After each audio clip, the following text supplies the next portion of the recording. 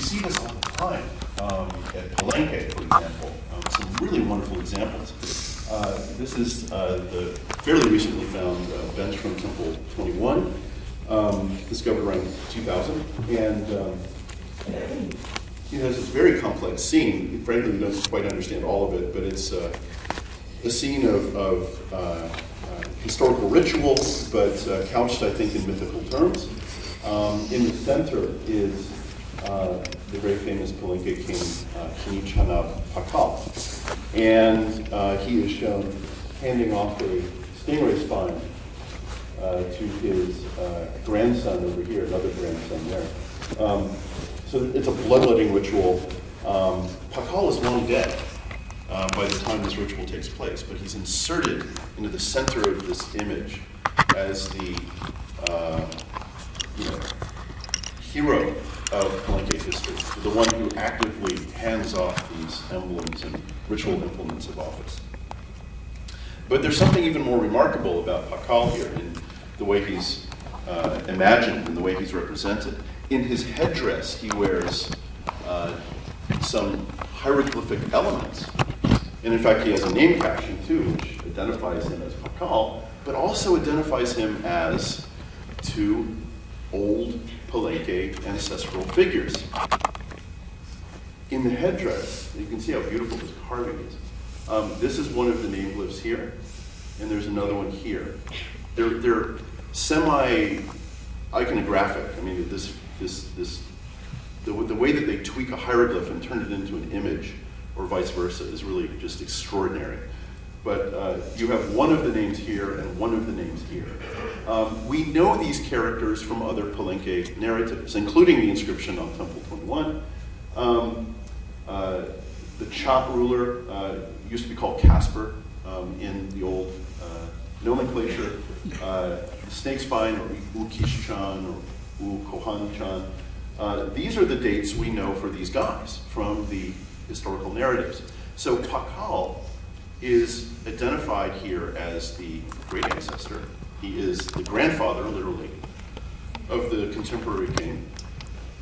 But he is also identified as a very old ancestral figure, kind of in Olmec times, and also as this guy here, who's kind of in the late pre-classic. So you have this telescoping of history, right? Into the deep past, into the not so deep past, and then the relative present. And it gets collapsed. It's kind of like the idea of a telescope that you can extend and you can collapse. That's not a bad metaphor for the way I think the Maya are looking at history. You can extend it, you can bring it in, you can collapse it all the way. Pakal is the collapsed little telescope of all of the historical figures of Palenque history.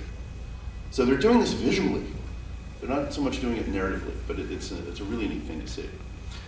Temple 19 bench, kind of the partner to Temple 21, does much the same thing.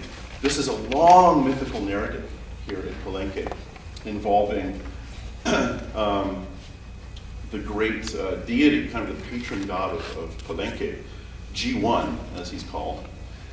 And he is recorded here as assuming office. There's this long mythical text that talks about his crowning by the god Itzamna.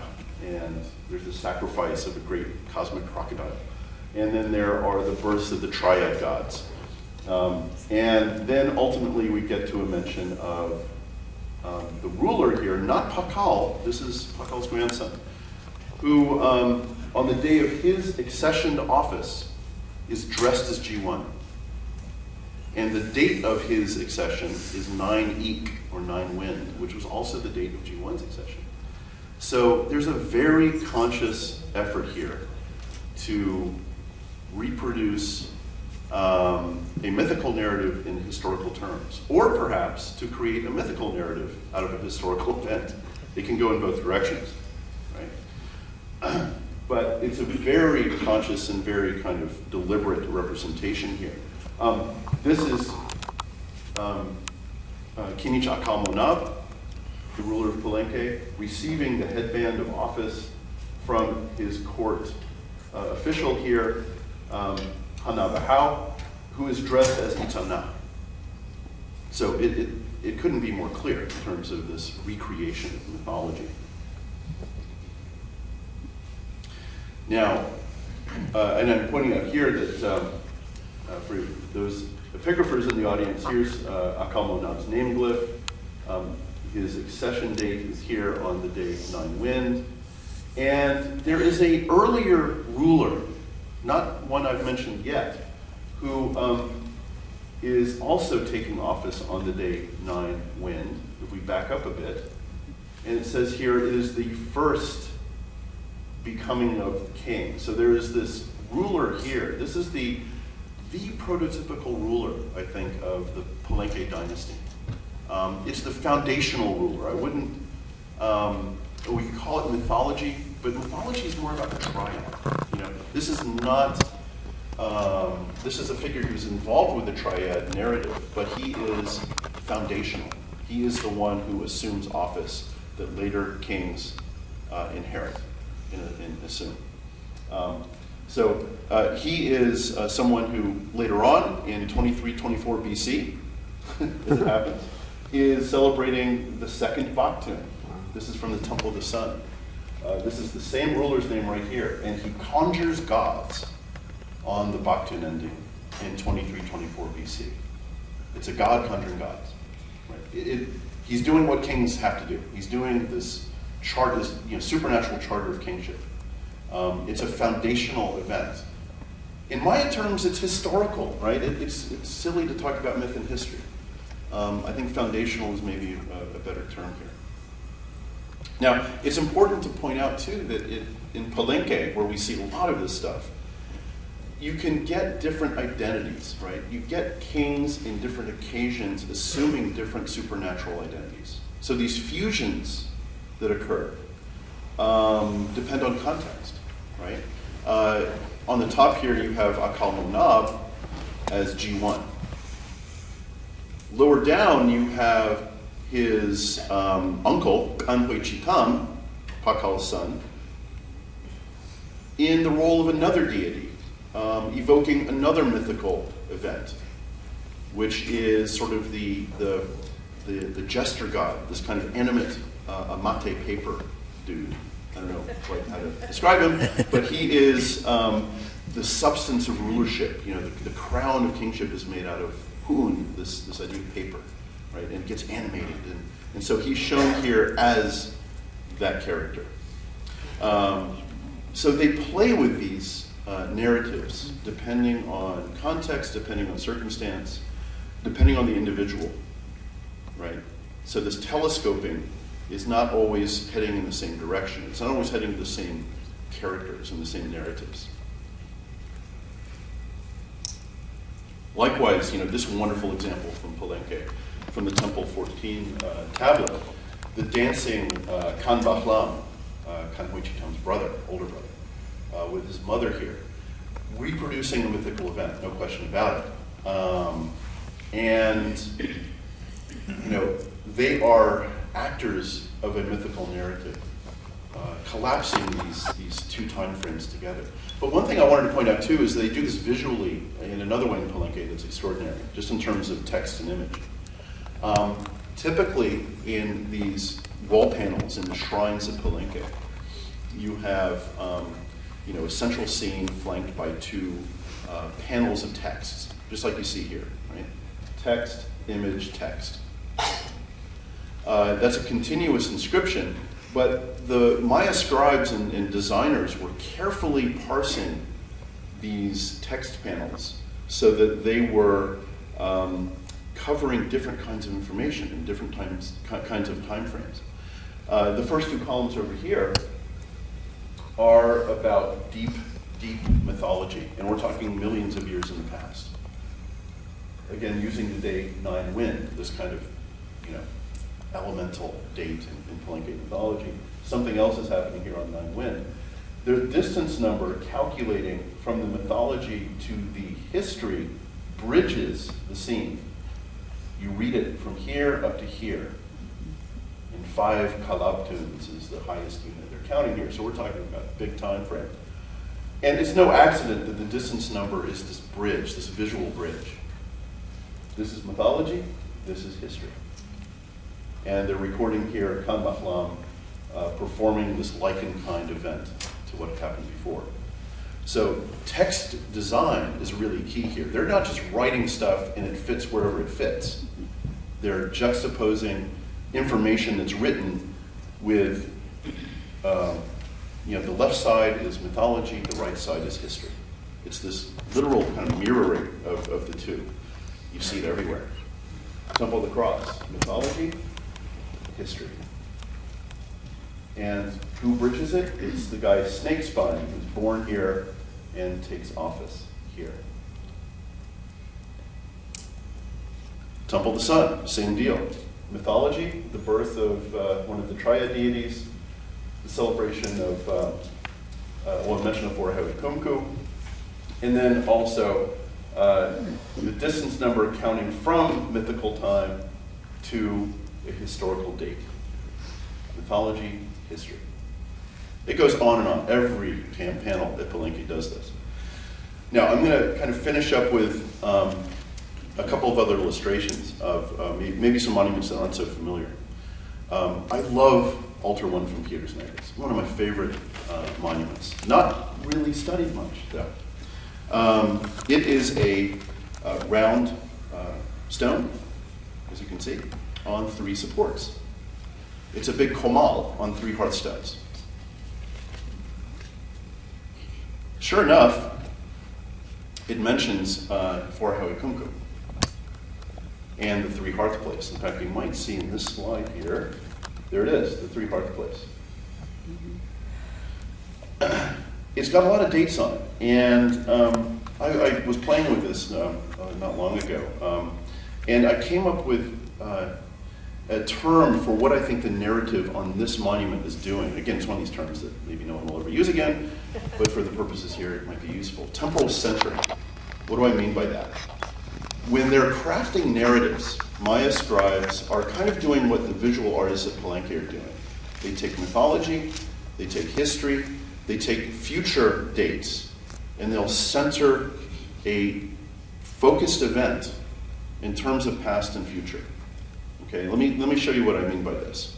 If we look at the dates on Petersnagers Altar 1, and these aren't all of them because there's some eroded sections, take a look. It's mentioning Kumku, but it's also mentioning a period ending way in the past before Kumku, the 9th Baktun, previous to 3114 BC, right?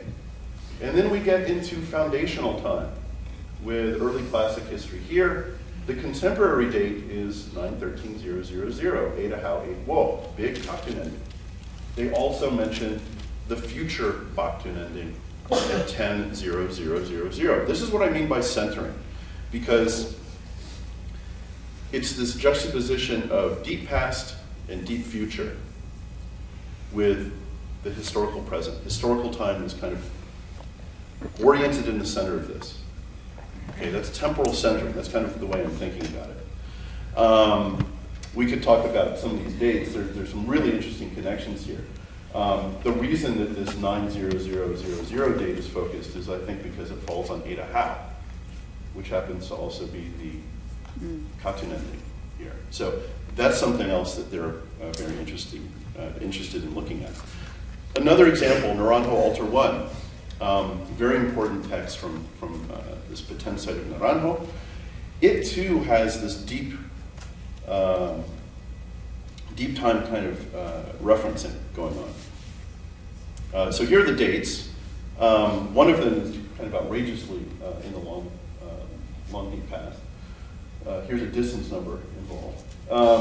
And there is a kind of historical time frame right in here, but then again, they refer to the future. Temporal centering. Right, so juxtapositions of past and future. I'm going to close with something that I thought would be appropriate here. The panel that Marcello found at La Corona, back what, 2005, was it? Yeah. Panel 1. Really a great Maya text. And it does some of these things as well. They're in a really interesting way in terms of narrative and in terms of temporal collapse. Not collapse in the way we think of collapse for the Maya. I'm talking about this telescoping and collapsing idea. Okay? So, what we have here is a long historical narrative. It harkens back to what we might call mythical time as well. There are several dates on here, but there are three I'm going to kind of focus on. The one that starts everything off is this first date in the year 677. This is when a shrine is dedicated, built at La Corona by the contemporary king. So no doubt the shrine where this panel was found by Marcello. So that building is dedicated, or the construction ends in October of 677. Now, there is a foundational historical episode which is featured also very early on, in fact, right afterwards, here, which is the arrival of someone. That's all they say. They give the name and they say he arrived. He came here. Thanks very much. It doesn't really tell us much.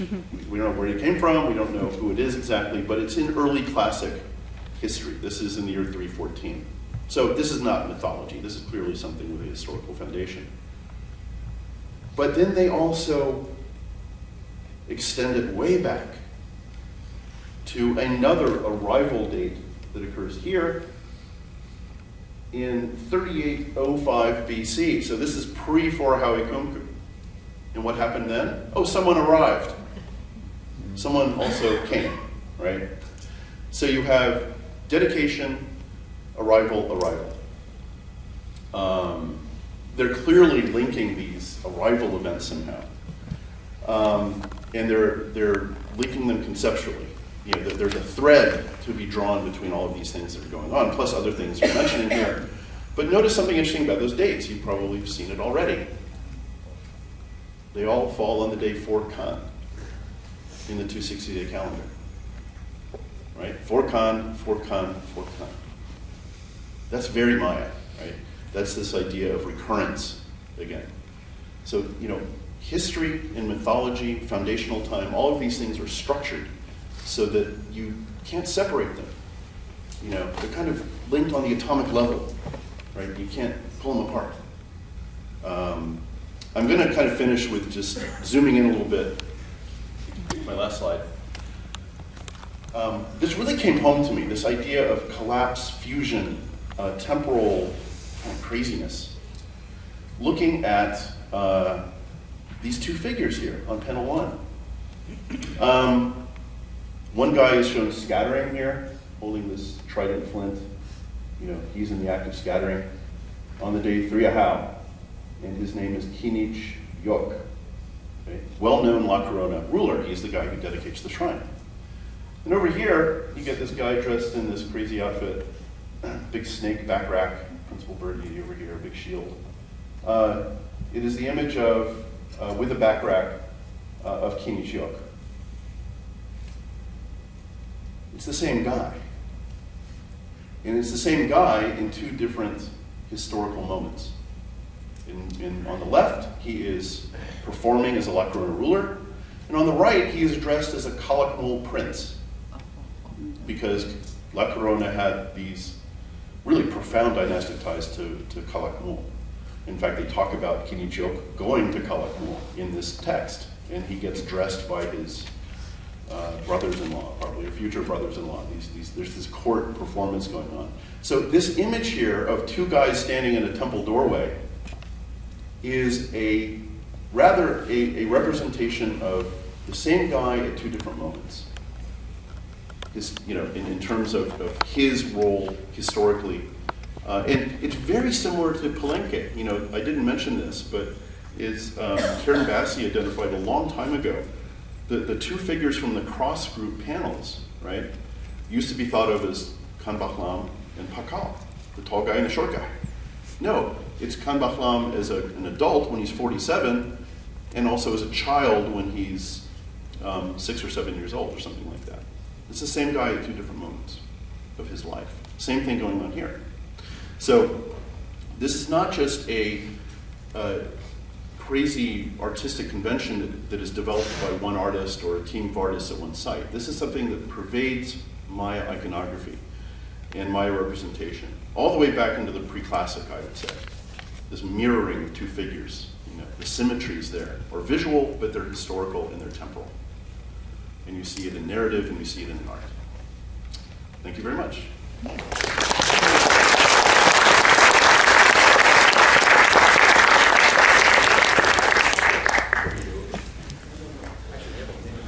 Okay, great. If there are any questions, we have a few minutes to address anyone who might have any questions.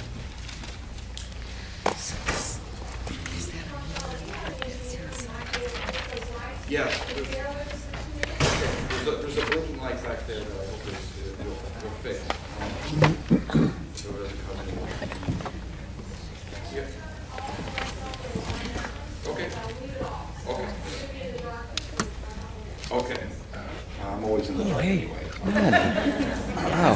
But in the meantime, are there any questions for David? Here you go. Bruce. Hi, Dave.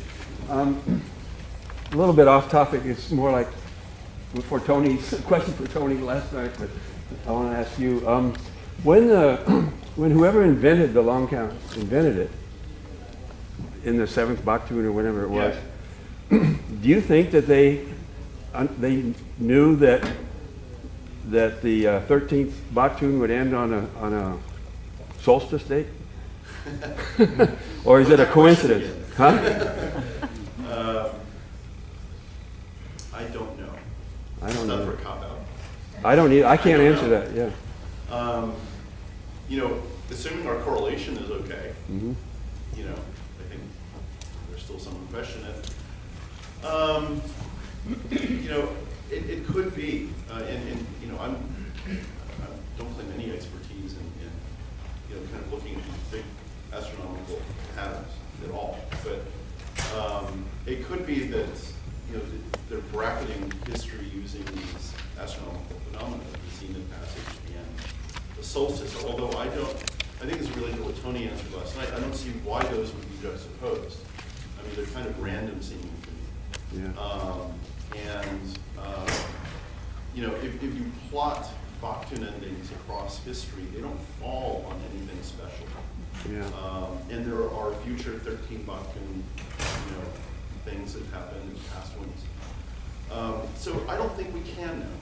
Okay. There's no way to. They don't write about it in astronomical terms at all. They don't talk about 2012 in terms of what's happening with the sun. They don't talk about Forhawikunku in terms of what's happening with the sun. Right. You know, it's just, it doesn't even enter into the vocabulary of what they're saying. So, Tony? I'm going to seize that moment to ask you a question, which is that transitional date on Peter's Neighbor's 1201, which was the non-continental date. What event was that?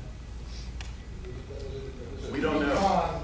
Yeah, that is right. Yeah, The 3Con 1701 date? So different in character from all the other dates. Right, exactly. And there are other dates that are probably missing because they're eroded. That is right before the Katun ending, 913.000. So I suspect it's part of the ritual preparation for that Katun ending. It may be when they actually start dedicating the step. I ask you because I'm interested in these massive distance numbers and the degree to which they're contrived. And that been studied? Right, yes. David, in the pattern of Peter's Negris, Steely, is that an exception that precedes the person's first period ending? I mean, that's the one. Yeah, that's the pattern you see on the stela. But no, this is well into the reign of Ruler 3, I think, yeah. So, you know what's interesting, Nick, is that when I was looking at this text, I was like, well, that's interesting that they mentioned this Katun ending, because there's no stela at Piedras Negras that was dedicated on that period ending. It's the one exception in this guy's reign where they don't put up a stela, but they put up this altar, which is the Komal with the 3 heart stones. You know, so instead of the stela, they put up this altar. I don't know what the date is, though. The verb is smashed. One more question. Okay. Can you go to the Naranjo altar? dates or the, The dates. yeah. Now, excuse me, go for, what is the one that all has the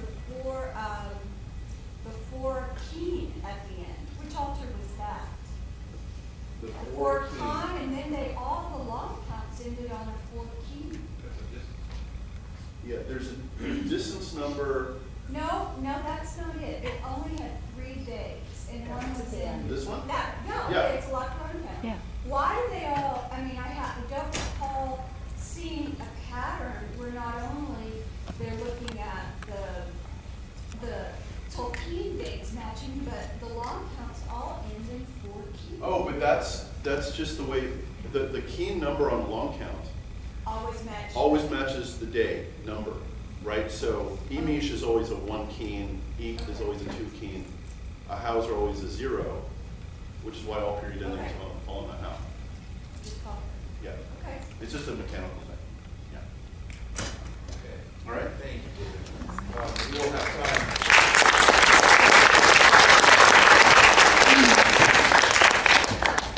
We will certainly have time throughout the day to further pester our speakers with questions. Should put it that way.